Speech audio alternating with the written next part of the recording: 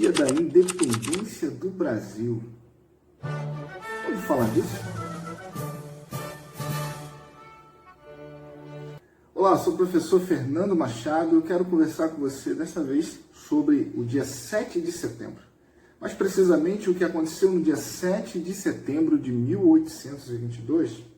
A história oficial conta que Dom Pedro I, então príncipe regente do Brasil, num cavalo às margens do rio Ipiranga, gritou: "É tempo! Independência ou morte! Estamos separados de Portugal!" E será que foi bem assim? Para responder essa pergunta e nos explicar um pouco mais sobre o que foi o dia 7 de setembro, eu quero chamar e convidar aqui para dividir a tela comigo, professor Vitório Ribeiro. Mais ou menos, né, Fernando? Essa coisa lá do desembainhar a espada, as margens do rio Ipiranga, o grito independência ou morte, isso é bastante teatral, né? A gente, para entender direitinho o que aconteceu, a gente precisa voltar um pouquinho na história. Então, assim, na verdade, existem assim, várias correntes históricas que falam, na verdade, em vários processos de dependência. Mas a corrente histórica aí mais forte, a mais aceita, é aquela que fala no processo de independência do Brasil a partir da vinda da família portuguesa, da família real portuguesa para o Brasil em 1808. É claro que a gente precisa pensar um pouquinho nessa relação do Brasil enquanto colônia de Portugal, né? A gente sabe que existia o exclusivo metropolitano, né, o pacto colonial, aonde a riqueza gerada no Brasil ela obrigatoriamente tinha que ir para Portugal. Então, só podiam comercializar com o Brasil os navios portugueses. Então, tudo que era produzido aqui ia para Portugal. E o Brasil ele só podia comprar as mercadorias que eram trazidas para cá por Portugal. Nessa relação colonial, né, de pacto colonial, como colônia, né, que a gente pode dizer e chamar de colônia de exploração, existe uma contradição. Qual é a contradição? Para Portugal explorar melhor o Brasil, né, ou explorar melhor qualquer colônia, ele tinha que permitir a essa colônia uma certa margem de desenvolvimento. Não muito, na medida em que ela se mantivesse dependente da metrópole, mas algum desenvolvimento, sobretudo desenvolvimento comercial, desenvolvimento produtivo, né, no caso do Brasil, através das lavouras de cana-de-açúcar e por aí afora. Bom, em 1808, o que vai acontecer? Portugal vai ser ameaçado por Napoleão. Por que essa ameaça? Porque Napoleão vai decretar na Europa o bloqueio continental numa tentativa de enfraquecer a Inglaterra. Napoleão vai proibir que todas as nações do continente fizessem comércio com a Inglaterra e com a Irlanda. Uma tentativa de enfraquecer comercial e economicamente a Inglaterra. Só que Portugal tinha uma relação comercial com a Inglaterra extremamente desfavorável. A Inglaterra era o seu principal parceiro comercial. Então, assim, Portugal vai se ver num dilema. Ou ele rompia com o seu principal parceiro comercial, ou ele enfrentava Napoleão. Por influência dos próprios ingleses, ele vai ter a brilhante ideia de transferir toda a corte portuguesa para o Brasil. Isso vai ser feito com apoio da Inglaterra. A travessia vai ser feita, inclusive, com a escolta de navios ingleses. É possível, né, e a gente tem documentos que atestam isso. A marinha portuguesa, naquele momento, era horrível, os navios estavam caindo aos pedaços. Então, uma parte dessa corte vem em navios portugueses, mas o próprio regente, Dom João VI, vem em navio inglês, que eram muito melhores. Ao longo dessa viagem, coisas assim interessantíssimas vão acontecer, como, por exemplo, uma infestação de piolho. Isso é interessante demais, porque as senhoras da corte, né, as filhas da nobreza portuguesa, inclusive Dona Carlota Joaquina e as suas duas filhas, vão ter que cortar o cabelo muito baixinho. E quando desembarcam aqui, né, primeiro desembarcam em Salvador, depois vêm para o Rio de Janeiro, quando elas chegam aqui no Rio de Janeiro, as filhas das famílias mais ilustres do Rio de Janeiro vão ver né, Dona Carlota Joaquina e as principais moçoilas portuguesas, né, com o cabelo cortado e usando turbante, que vão acreditar que essa é a última moda na Europa. Não vai demorar muito, então, para as senhorinhas cariocas cortarem o seu cabelo baixinho também e começarem a usar turbantes. Mal sabiam elas que o corte de cabelo era por conta da infestação de piolho durante a viagem. Com a vinda da família portuguesa para o Brasil, muita coisa vai mudar.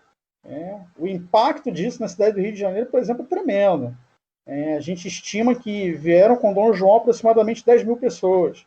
Naquele momento, em 1808, a população do Rio de Janeiro era de 40 mil. Então, assim, você tem um impacto muito grande na cidade. Né?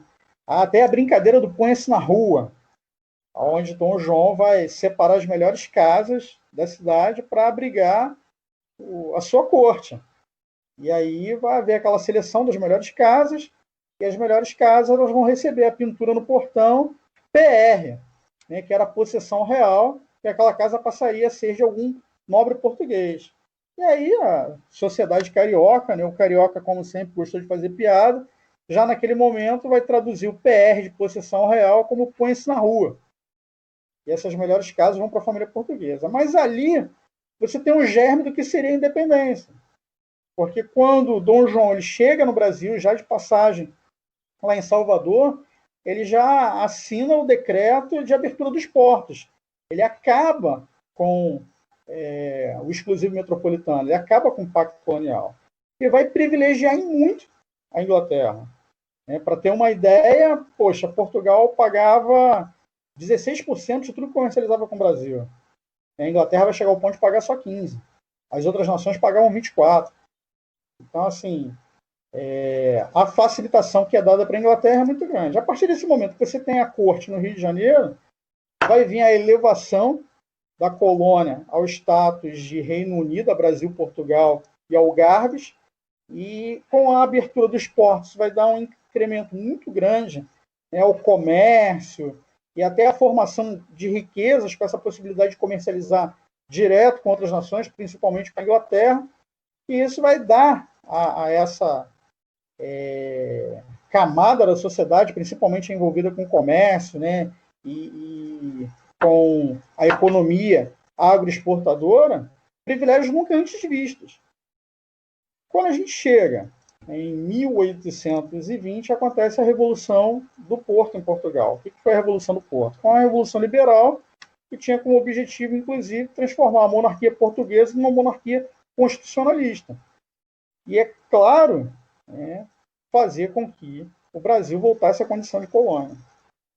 Percebendo tudo isso, essa elite brasileira, claro que no meio dessa elite brasileira você tinha também portugueses residindo aqui, que estavam envolvidos com comércio e já haviam feito fortuna através desse comércio, para os quais não vai ser interessante esse retorno à condição de colônia.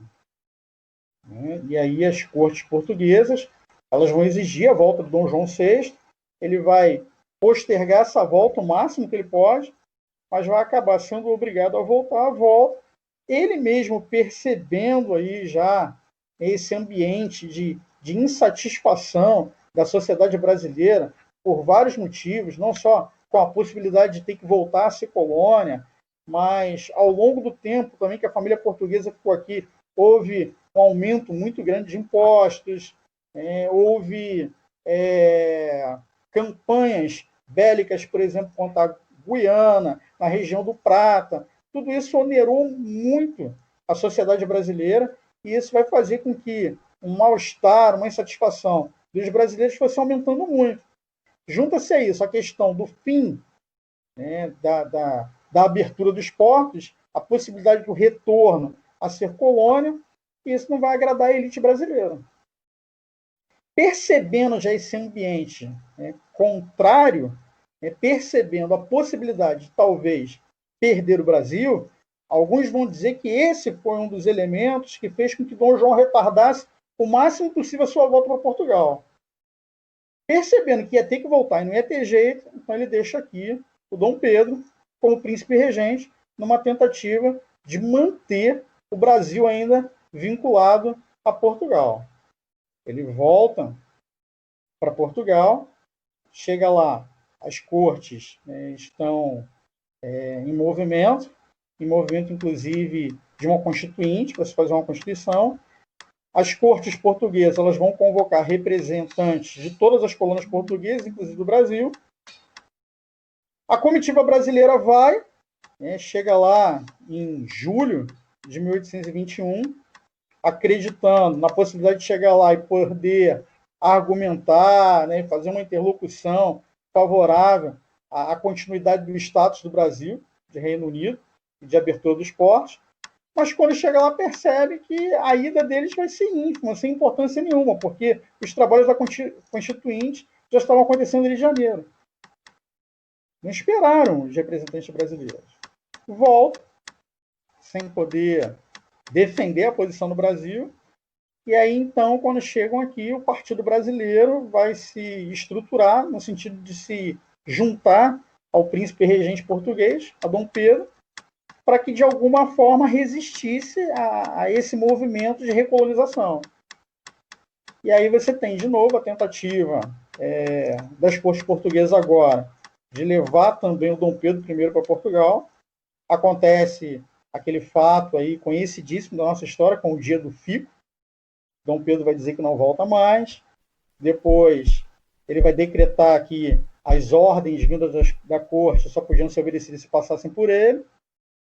E chegando em agosto, um pouco antes de agosto, já em maio de 1822, o Dom Pedro ele convoca uma constituinte, né? Ele cercado por pessoas proeminentes aí desse partido português, inclusive José Bonifácio.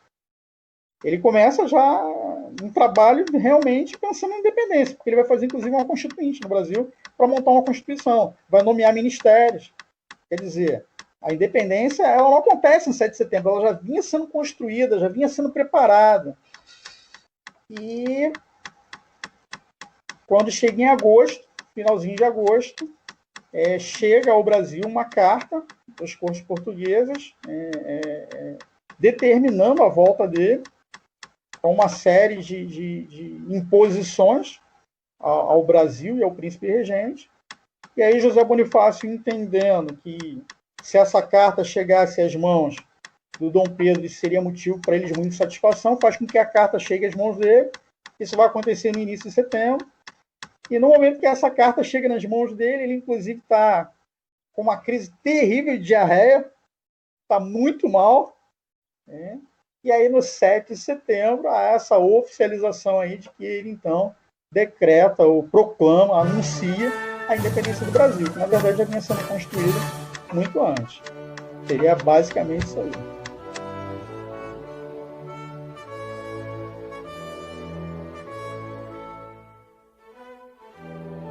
É tempo, independência ou morte.